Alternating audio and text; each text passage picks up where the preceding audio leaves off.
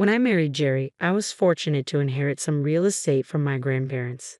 They advised me to use it wisely to secure our future, but also suggested I keep it confidential, even from Jerry. They believed it was prudent to maintain a passive income that only I controlled, ensuring I'd always have financial security. Unfortunately, Jerry has a habit of overstepping boundaries, particularly regarding possessions and finances. For instance, he once tried to redistribute gifts I had bought for my parents, giving them to his parents to enhance his image. His actions troubled me, especially when he reacted poorly to being confronted about them. Recently, a much more alarming incident occurred. I discovered $22,000 had been withdrawn from an account I managed, intended for our living expenses. This account was meant to complement the income Jerry contributed to our household, and I had no recollection of making such a large withdrawal. The only possible explanation was that Jerry had taken the money. When I confronted him, he nonchalantly admitted that he had lent the funds to his mother, Kayla, who was going through some difficulties. He did this without informing or consulting me. The revelation was shocking, not just because of the large sum involved, but also because it demonstrated a lack of communication and respect for our mutual financial decisions. This incident made me rethink the dynamics of our relationship. If our marriage isn't built on mutual respect and transparency, especially regarding finances, it may be time to reconsider our future together. The assumption that one spouse's earnings automatically belong to the other without any discussion is not a sustainable way to manage a marriage. If this approach continues, we may need to face the possibility of separation. Although the money was originally mine, earned through hard work, and we still have some savings, the loss isn't financially catastrophic. If Kayla was truly facing difficulties, I understand the need to help. However, I would have appreciated a simple conversation beforehand. The account is ours after all. If Jerry had taken the money from a personal account he set up before our marriage, I wouldn't have been as upset. But withdrawing such a large sum from our shared account without discussion felt like a breach of trust. When I expressed my disappointment, Jerry seemed irritated and dismissed my concerns. He promised, albeit reluctantly, to inform me next time before making any major financial decisions. Then, he excused himself to the bathroom, leaving me feeling unsettled. It wasn't like the early days of our marriage when Jerry would genuinely listen and value my input. Is this what change in a marriage looks like? A few days later, I visited my in-laws to deliver a package that had mistakenly been sent to our address. My mother-in-law, Amy, greeted me warmly and invited me in for tea. Though I had planned just to drop off the package, I accepted.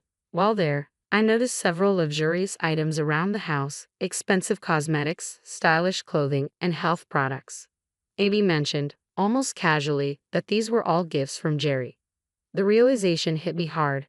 The missing $22,000 had been used not out of necessity, but for extravagant purchases. The idea that Jerry had lent money to his mother for emergencies suddenly seemed like a gross exaggeration. This misuse of funds made me question not only our financial partnership but also the respect and communication in our marriage. As I sat there quietly sipping my tea, the atmosphere shifted. My in-laws' smiles faded, and they began to look at me with a strange mix of fear and accusation. Amy's tone turned confrontational as she remarked, "My son is such a wonderful, generous boy, always buying gifts for me. But what about you?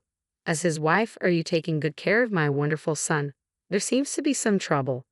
I heard from Jerry that you've been giving him a hard time for using the money to help me." It became clear that Jerry had portrayed himself as a victim to his parents, a good son, simply helping his mother in need.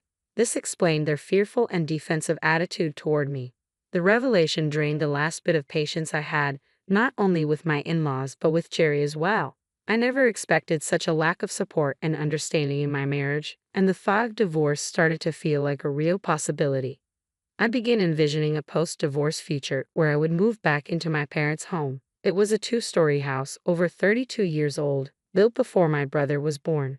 It had once comfortably housed our family of 5, but now it stood mostly empty, becoming impractical for my aging parents who struggled with mobility. Although the house had been modified with handrails, its spacious layout was more of a challenge than a comfort. A 1-story home would be far more suitable for their needs. With the financial security from my passive income, I realized I could rebuild their home into something more comfortable and accessible for them. This idea filled me with both resolve and relief. So I called my parents to discuss not only my decision to divorce, but also my plan to renovate their house. Surprisingly, my parents weren't shocked by the news of the divorce. Their calm reaction solidified my decision. It seemed they understood my need for a fresh start. When I brought up the idea of reconstructing their home, I could hear genuine joy in their voices. "We're so glad you're thinking of rebuilding the house for us." "Thank you," they said. They reassured me that even if they couldn't live there for much longer, it wouldn't be an issue since I could eventually take over the house, which would be funded by my own income. "Well, I'll start planning it bit by bit," I replied, feeling encouraged by their support. "Just take it easy and don't overdo it," they advised, their words instantly lifting my spirits as I began organizing the rebuild of my parents' home. It felt like the start of something new, a fresh chapter not only for them but for me as well. I had been waiting for a response from the construction company when Jerry suddenly confronted me, his anger palpable. "How dare you use our savings to build a house without telling me anything about it?" he accused, slamming his fist on the living room table. His voice grew louder, completely disregarding my feelings. "My parents will be living in the new house," I said firmly, trying to keep my composure. "That's impossible," Jerry roared, his face reddening. "That house was built for my parents to live in." He insisted that since he viewed the funds as our shared property, his parents had as much right to the house as mine. "Are you seriously planning to cram 5 people into that tiny one-story house?" "Just give me the house," he demanded, banging the table harder with every word. Fearing how much worse his reaction would be if he discovered the truth about the passive income I had kept secret, I realized it was time to reveal everything. "To tell you the truth, I have passive income," I confess, feeling the weight of my grandparents' trust. "It's from the real estate my grandparents gifted me, and I use that income to pay for the rebuild." Not a single penny came from our shared savings. The guilt of breaking my grandparents' promise to keep this secret gnawed at me, but I had no choice. As I spoke, Jerry's anger escalated. His face twisted in fury, his shoulders shaking, and his fists slammed the table even harder. "What kind of wife hides an income from her husband? You spend my money but protect your own with secrets," he shouted, his words cutting deep. His reaction clarified everything that had gone wrong in our marriage: lack of trust, respect, and any sense of partnership. The issues had been festering beneath the surface for too long, and now they were impossible to ignore. "I'll take the house as alimony," Jerry sneered, his arrogance shocking me. "Any house built while we're married is mine too. I'm the head of the family, and if you disobey me, I'll divorce you." I stared at him in disbelief. How had I spent so many years with a man who could so easily dismiss my feelings, my contributions? The passive income had been meant as a safeguard for our future. If his earnings fell short or if something happened that left me unable to work, it was meant to protect both of us, not drive a wedge between us. Now, I saw clearly that my grandparents had been right to advise me to keep it a secret. They must have seen something in Jerry long before I did. I had planned to share my passive income with Jerry when the time was right, but after everything, I no longer felt any desire to use that money on him. Frustrated, I stood up and left the house, needing space from the suffocating atmosphere. I spent the night at a business hotel to clear my head and think through my next steps.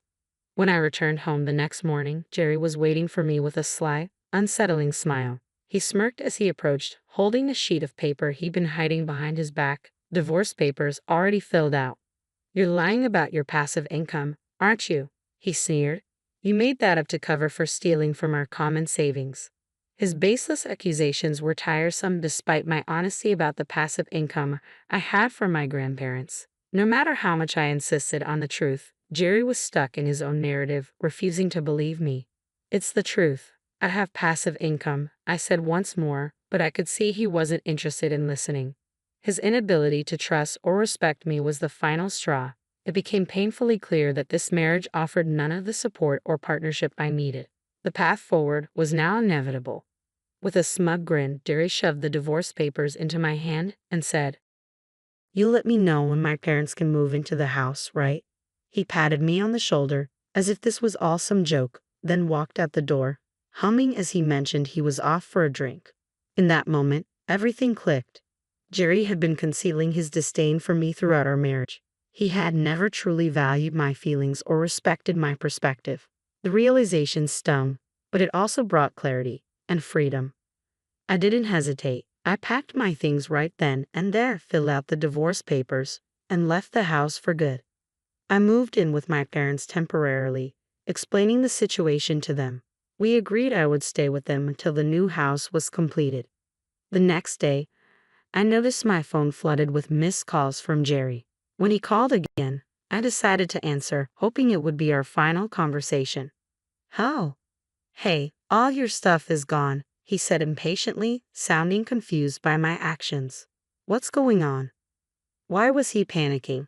He had pushed for the divorce after all. "We're getting divorced, Jerry," I replied calmly. "It's normal that I wouldn't stay. I will be coming back, so feel free to use the empty space however you like." There was a pause on the other end. Maybe, for the first time, Jerry realized that I had resources he couldn't control. Then suddenly his tone shifted. His voice became unusually sweet, a side of him I had never heard before. "Hey, would you let my parents live in the new house?" he asked, almost pleading. I hung up without a second thought. I finally moved on. "I don't care if I have to live with your parents. Please." Jerry's please stunned me. "I already told you, it's a small one-story house," I reminded him, incredulous. "And it's meant as a surprise for my parents." His suggestion was absurd. Not only was he proposing to give away a house he hadn't contributed to, but he spoke as though it was his to offer. His reckless disregard for reality left me speechless. "You don't care about the savings, do you?" Jerry continued, oblivious to my growing frustration. "You have no idea how much I worried about the money I set aside for you as an allowance, and the funds I saved for our living expenses." This conversation only solidified my decision. Jerry's understanding of our finances and our relationship was completely skewed. Moving forward without him was no longer a choice, it was a necessity.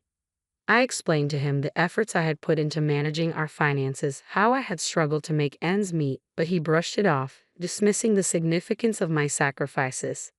"That has nothing to do with what's happening here," he said coldly. "You're careless with money, leaving the hassle to other people. And now you're presenting yourself to your parents like you did everything on your own." I confronted him, pointing out how he always tried to take credit for my hard work. His sudden silence only intensified my frustration. It became clear he was trying to paint himself as the mastermind behind everything, wanting to gift the house I built for my parents to his own, capitalizing on my sincerity just to impress them. His behavior was shallow, deceptive, and utterly insulting. "In the end, you're just trying to take advantage of my goodwill and claim what isn't yours," I said firmly, my voice unwavering. "There is no justification for trampling on my feelings and intentions like this. I will not give you the house I built with all my heart for my parents just so you can show off." Jerry grew louder, perhaps out of desperation. "Husbands and wives are supposed to help each other. I'll tell them you built it, please. We're not a married couple anymore, are we?" I cut him off. "We're strangers now. I already filed for divorce, remember?" His face fell, realizing that the boundaries I had drawn were final. On the day Jerry handed me those divorce papers, he may have thought he was in control, but now he knew otherwise. I submitted the divorce papers to the city office immediately. Jerry had been the one pushing for it, but when faced with the reality of our separation, he seemed stunned. "You already filed. Why are you so surprised when you're the one who asked for the divorce?" I asked, incredulous. "Oh, I didn't think you'd actually leave me. Hey, let's start over. We can talk it out and be a good couple this time," he pleaded, as if unaware of the gravity of his actions. How could he say such a thing now? This was a man who had squandered our savings on his mother, threatened me with divorce, and ridiculed me to the bitter end. Reconciliation was out of the question. "No, thank you. Please give my regards to your parents," I said brightly before ending the call. The next day, my phone was flooded with voicemails and messages from Jerry, still demanding that we get back together. His persistence was baffling and completely unwelcome. His repeated attempts to reconcile only affirmed my decision to move on. Jerry claimed we could start over and that he loved me, but I sensed his real interest was in my property and fortune, not in our relationship. To sever ties completely, I blocked all contact from him and his parents. Meanwhile, the construction of the new house was finished and my parents and I moved in. We now live comfortably in the home I built, surrounded by peace and contentment. Sometime later, I ran into a mutual friend who also knew Jerry, and I shared the news of our divorce. My friend offered kind words and updated me on Jerry's situation. It turned out that Jerry had abruptly quit his job, claiming he no longer needed to work hard because he had acquired real estate. When his company couldn't reach him, they were left scrambling. The next day, Jerry tried to retract his resignation, but his bosses, frustrated by his sudden disappearance, demanded an explanation. Unable to admit that he had been banking on my income, Jerry lied about his circumstances. Eventually, the truth about our divorce came out, and his lies were exposed. His company refused to rehire him, realizing he had tried to manipulate the situation for his gain. Ironically, the man who once scoffed at my passive income, suggesting it was a lie, now found himself in a precarious position. He returned to live with his parents, who were understandably upset. He's now struggling to find a new job, his reputation marred by his dubious exit from his last employment. As for me, life has moved forward in a positive direction. I'm living with my parents in the house I built, working a job I love, and enjoying life. The passive income I had once saved for our future together will now be used to support the people who have always stood by me. This turn of events has brought me a renewed sense of peace, and it's clear that moving on was the best decision for my well-being.